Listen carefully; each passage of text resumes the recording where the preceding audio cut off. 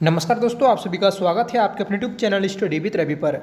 दोस्तों, इस क्लास में हम नया मंत्रिमंडल 2024 से संबंधित महत्वपूर्ण प्रश्न पढ़ने जा रहे हैं। दोस्तों, हाल ही में 18वीं लोकसभा के लिए चुनाव आयोजित किए गए थे और इस 18वीं लोकसभा के लिए नया मंत्रिमंडल भी दोस्तों नियुक्त किया गया है। इसी नए मंत्रिमंडल से संबंधित जितने भी महत्वपूर्ण प्रश्न हैं दोस्तों, वह सभी हम इस क्लास में पढ़ेंगे।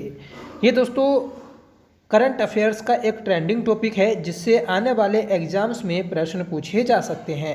ठीक है, तो दोस्तों एग्ज़ाम के लिए इम्पोर्टेंट क्लास है, आप वीडियो के एंड तक बने रहिएगा। ठीक है, और वीडियो पसंद आए तो प्लीज़ इसे लाइक करिएगा, दोस्तों में शेयर करिएगा। तो चलिए शुरू कर लेते हैं आज की अपनी इस क्लास को, जिसका पहला प्रश्न है, बताना है कि 18वीं लोकसभा के नए अध्यक्ष कौन चुने गए हैं। 18वीं लोकसभा के लिए नए अध्यक्ष जो चुने गए तो वह दोस्तों ओम बिरला चुने गए हैं। सही आंसर रहेगा ऑप्शन डी। ठीक है, तो लोकसभा के नए अध्यक्ष कौन हैं? ओम बिरला। ठीक है, ये दोस्तों लगातार दूसरी बार लोकसभा के अध्यक्ष बने हैं। अगला प्रश्न है कि 18वीं लोकसभा का प्रोटेम स्पीकर किसे नियुक्त किया गया। 18वीं लोकसभा का प्रोटेम स्पीकर नियुक्त किया गया है दोस्तों भर्तृहरि महताब को। सही आंसर रहेगा ऑप्शन ए। प्रोटेम स्पीकर यह दोस्तों टेम्परेरी स्पीकर होता है।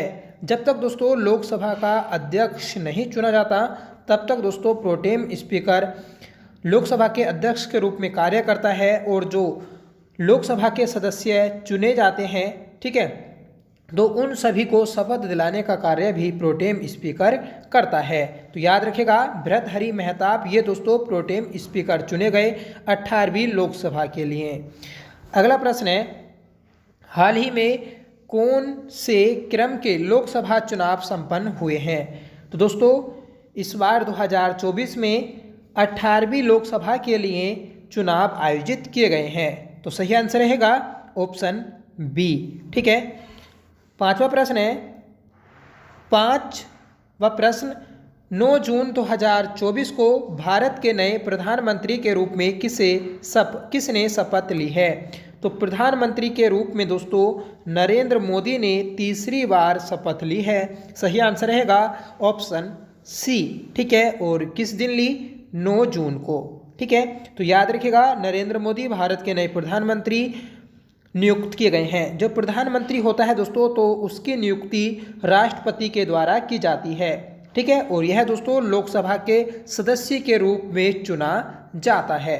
ठीक है, अगला प्रश्न है, 9 जून 2024 को नरेंद्र मोदी ने नए प्रधानमंत्री के रूप में शपथ ली। यह भारत के 2024 में किस क्रम के प्रधानमंत्री नियुक्त हुए हैं।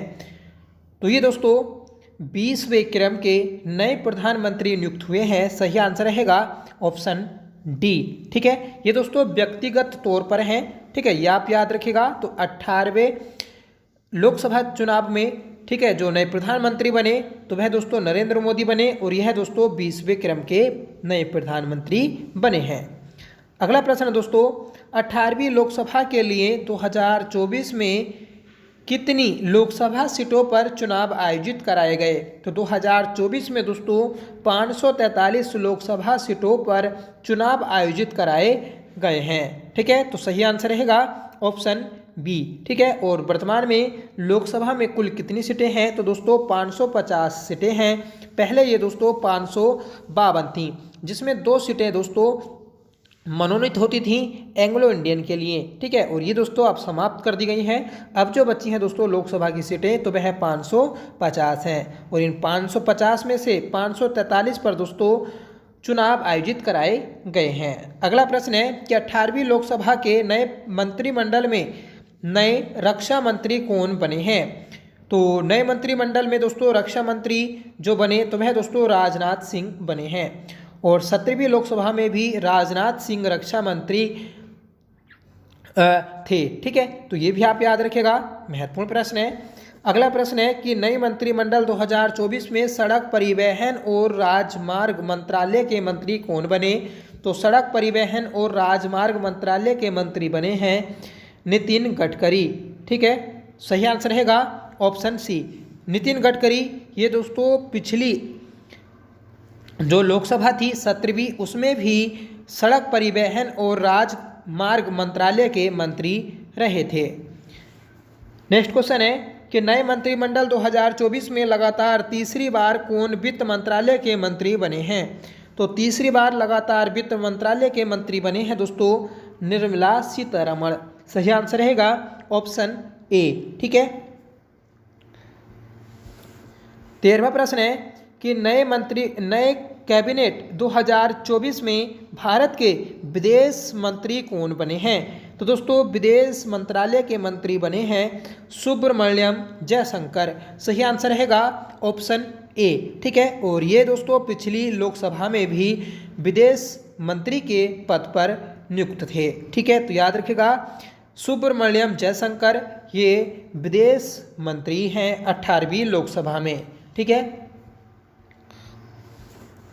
अगला प्रश्न है कि नए कैबिनेट 2024 में ऊर्जा मंत्रालय और शहरी विकास मंत्रालय के मंत्री कौन नियुक्त हुए?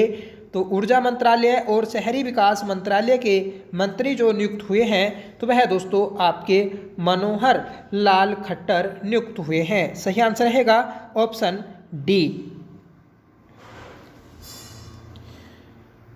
15वां प्रश्न है कि नए कैबिनेट 2024 में धर्मेंद्र प्रधान को किस मंत्रालय का मंत्री बनाया गया है? तो धर्मेंद्र प्रधान ये दोस्तों शिक्षा मंत्रालय के मंत्री बने हैं। सही आंसर रहेगा ऑप्शन बी। ठीक है, आप इसे ऐसे भी याद रख सकते हैं शिक्षा मंत्रालय मतलब जो स्कूल या कॉलेज होते हैं तो उसमें दोस्तों आपका प्रधान मतलब प्रधानाचार्य होता है। ठीक है, तो इसी प्रकार से याद रखिएगा कि शिक्षा मंत्रालय के मंत्री कौन हैं? धर्मेंद्र प्रधान। अगला प्रश्न है कि हाल ही में भारी उद्योग और सार्वजनिक उद्यम मंत्रालय के मंत्री कौन बने हैं? तो दोस्तों भारी उद्योग और सार्वजनिक उद्यम मंत्रालय के जो मंत्री बने हैं तो वह दोस्तों आपके HD कुमार स्वामी बने हैं। सही आंसर रहेगा ऑप्शन ए।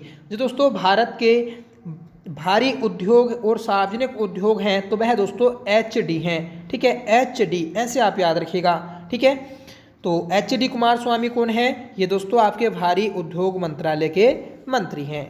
अगला प्रश्न है कि हाल ही में नई कैबिनेट 2024 में वाणिज्य और उद्योग मंत्री उपभोक्ता मामले खाद्य एवं सार्वजनिक वितरण मंत्रालय के मंत्री कौन नियुक्त हुए? तो सही आंसर रहेगा दोस्तों ऑप्शन सी पीयूष गोयल। ठीक है, तो सही आंसर है ऑप्शन सी पीयूष। पीयूष किसका पर्यायवाची होता है? तो ये दोस्तों अमृत का पर्यायवाची होता है। ठीक है, और अमृत क्या होता है? तो यह दोस्तों एक खाद्य पदार्थ है, तो याद रखिएगा। और इस खाद्य पदार्थ का कौन उपभोग करता है? उपभोक्ता। इस प्रकार से आप याद रखिएगा कि उपभोक्ता मामले के मंत्री कौन है? पीयूष गोयल। ठीक है, अगला प्रश्न है कि नई कैबिनेट 2024 में सूक्ष्म लघु और मध्यम उद्योग मंत्रालय का मंत्री कौन नियुक्त हुआ है? तो ये हुआ है दोस्तों जतिन राम मांझी। ठीक है, जतिन राम मांझी ये दोस्तों सूक्ष्म लघु और मध्यम उद्योग मंत्रालय के मंत्री हैं। पीछे हमने पढ़ा था भारी उद्योग तो उसके थे HD कुमार स्वामी, और यहाँ पर हम पढ़ रहे हैं सूक्ष्म लघु और मध्यम उद्योग मंत्रालय तो इसके हैं मंत्री जतिन राम मांझी। ठीक है, अगला प्रश्न है कि सड़क एवं परिवहन राजमार्ग राज्य मंत्री कौन बने? तो दोस्तों सड़क एवं परिवहन राजमार्ग राज्य मंत्री बने हैं अजय टम्टा और हर्ष मेहलोत्रा। सही आंसर रहेगा ऑप्शन डी ए और वी दोनों। ठीक है, तो याद रखना है कि अजय टम्टा जो कि उत्तराखंड के अल्मोड़ा लोकसभा सीट से निर्वाचित हैं, अजय टम्टा ये सड़क एवं परिवहन राजमार्ग राज्य मंत्री नियुक्त हुए हैं, और इनके साथ दूसरे हैं हर्ष मेहलोत्रा। ठीक है, अगला प्रश्न है कि जल शक्ति मंत्रालय के नए मंत्री कौन बने? तो ये बने हैं दोस्तों CR पाटिल। CR पाटिल जल शक्ति मंत्रालय के नए मंत्री बने हैं। इससे पहले थे दोस्तों गजेंद्र सिंह शेखावत। ठीक है, और नए कौन हैं? CR पाटिल। अगला प्रश्न रहेगा दोस्तों नई कैबिनेट 2024 में संस्कृति एवं पर्यटन मंत्रालय के मंत्री कौन बने? तो संस्कृति एवं पर्यटन मंत्रालय के मंत्री जो बने हैं तो वह दोस्तों गजेंद्र सिंह शेखावत बने हैं। पहले ये दोस्तों जल शक्ति मंत्रालय के मंत्री थे और नई कैबिनेट में अब इन्हें संस्कृति एवं पर्यटन मंत्रालय दिया गया है। ठीक है, तो याद रखिएगा, महत्वपूर्ण प्रश्न है। अगला प्रश्न है कि नई कैबिनेट 2024 में महिला एवं बाल विकास मंत्रालय की मंत्री किसे बनाया गया है? तो महिला एवं बाल विकास मंत्रालय की जो मंत्री बनी तो वह दोस्तों अन्नपूर्णा देवी बनी है। सही आंसर रहेगा ऑप्शन बी। 23वां प्रश्न है कपड़ा मंत्रालय के मंत्री कौन बने हैं? तो कपड़ा मंत्रालय के मंत्री बने हैं गिरिराज साहा। सही आंसर रहेगा ऑप्शन ए। इससे आप कैसे याद रखेगा कि कपड़ा गिरा, कपड़ा गिरा, तो गिरा से हो जाएगा गिरिराज साहा। ठीक है, तो कपड़ा मंत्रालय तो ये है गिरिराज साहा के पास। अगला प्रश्न है कि संसदीय कार्य मंत्री अल्पसंख्यक कार्य मंत्री कौन बने हैं? तो संसदीय कार्य मंत्री जो बने तो वह दोस्तों आपके किरण रिजिजू बने हैं। सही आंसर रहेगा ऑप्शन सी। 25वां प्रश्न है कि पेट्रोलियम और प्राकृतिक गैस मंत्रालय के मंत्री कौन बने हैं? पेट्रोलियम और प्राकृतिक गैस मंत्रालय के मंत्री बने हैं दोस्तों हरदीप सिंह पुरी।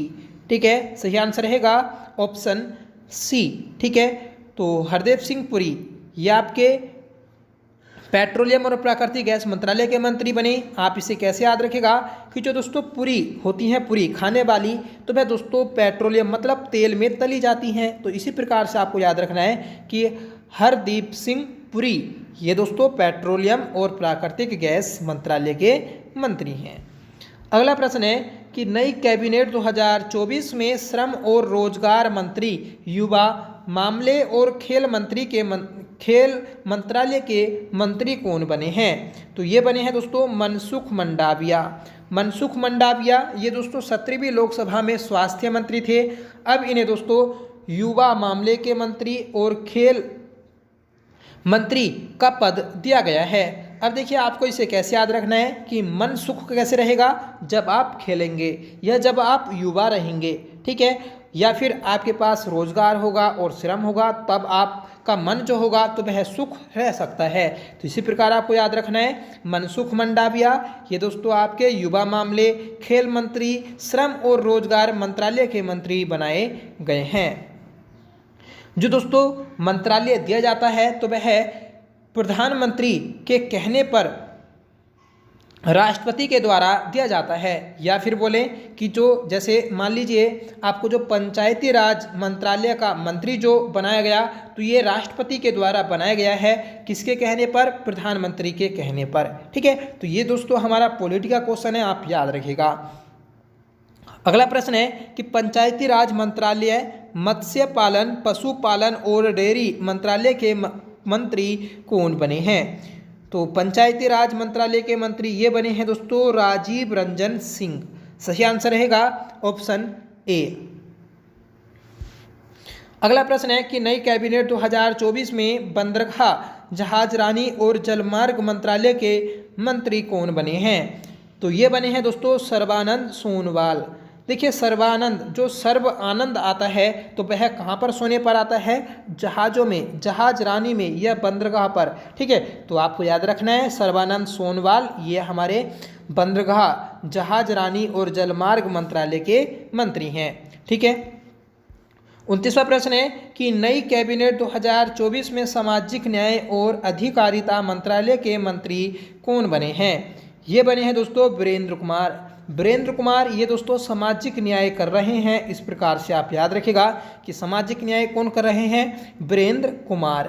ठीक है, 30वां प्रश्न है कि उपभोक्ता मामले और नवीन एवं नवीकरणीय ऊर्जा मंत्रालय के मंत्री कौन बने हैं? तो ये बने हैं दोस्तों प्रहलाद जोशी। ठीक है, सही आंसर रहेगा ऑप्शन बी। नवीकरणीय ऊर्जा जो है इसके मंत्री बने प्रहलाद जोशी। अगला प्रश्न है रेल मंत्रालय और इलेक्ट्रॉनिक्स और सूचना प्रौद्योगिकी मंत्रालय के मंत्री कौन बने हैं?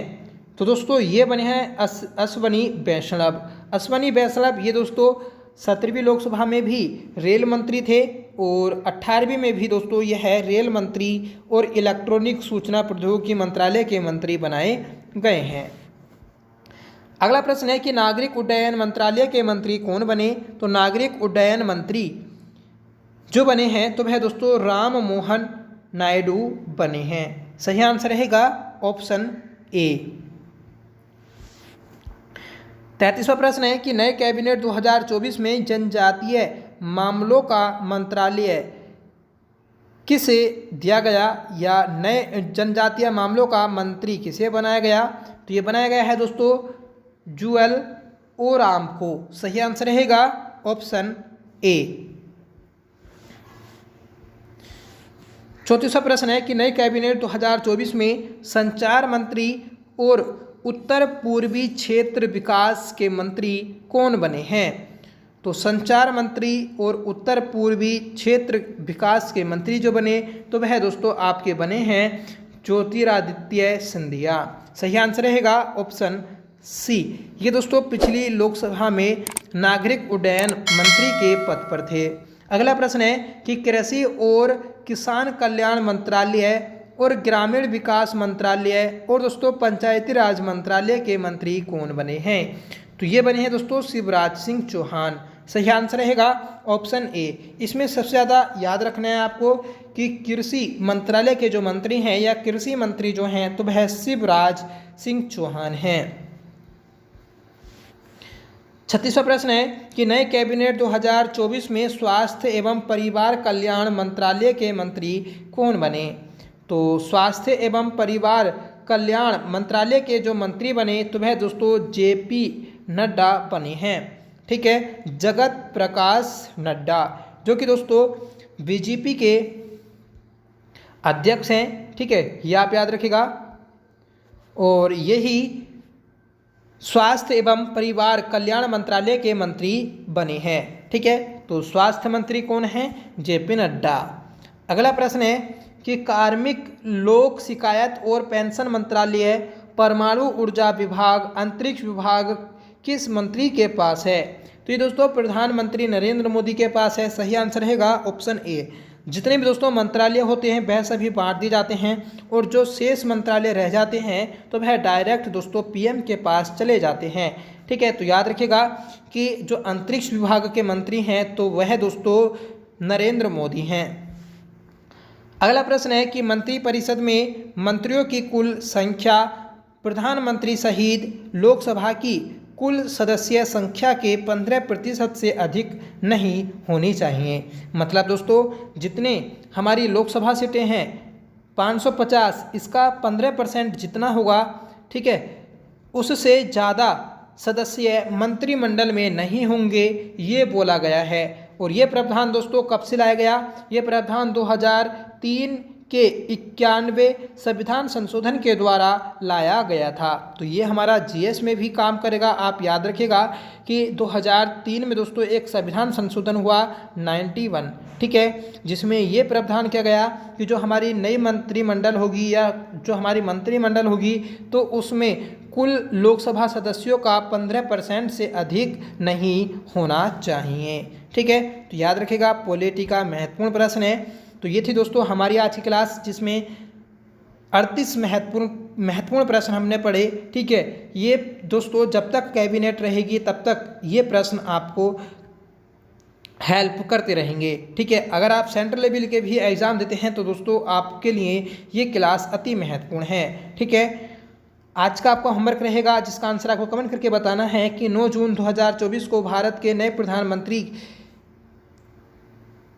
के रूप में किसने शपथ ली है। ठीक है, तो 4 ऑप्शन आपको दिए हैं, इसका आंसर आपको कमेंट करके बताना है। साथ रहेगा दोस्तों आपकी क्लास कैसी लगी, आई होप क्लास आपको पसंद आई होगी। अगर आपको पसंद आई हो तो प्लीज़ इसे लाइक करिएगा, दोस्तों में शेयर करिएगा।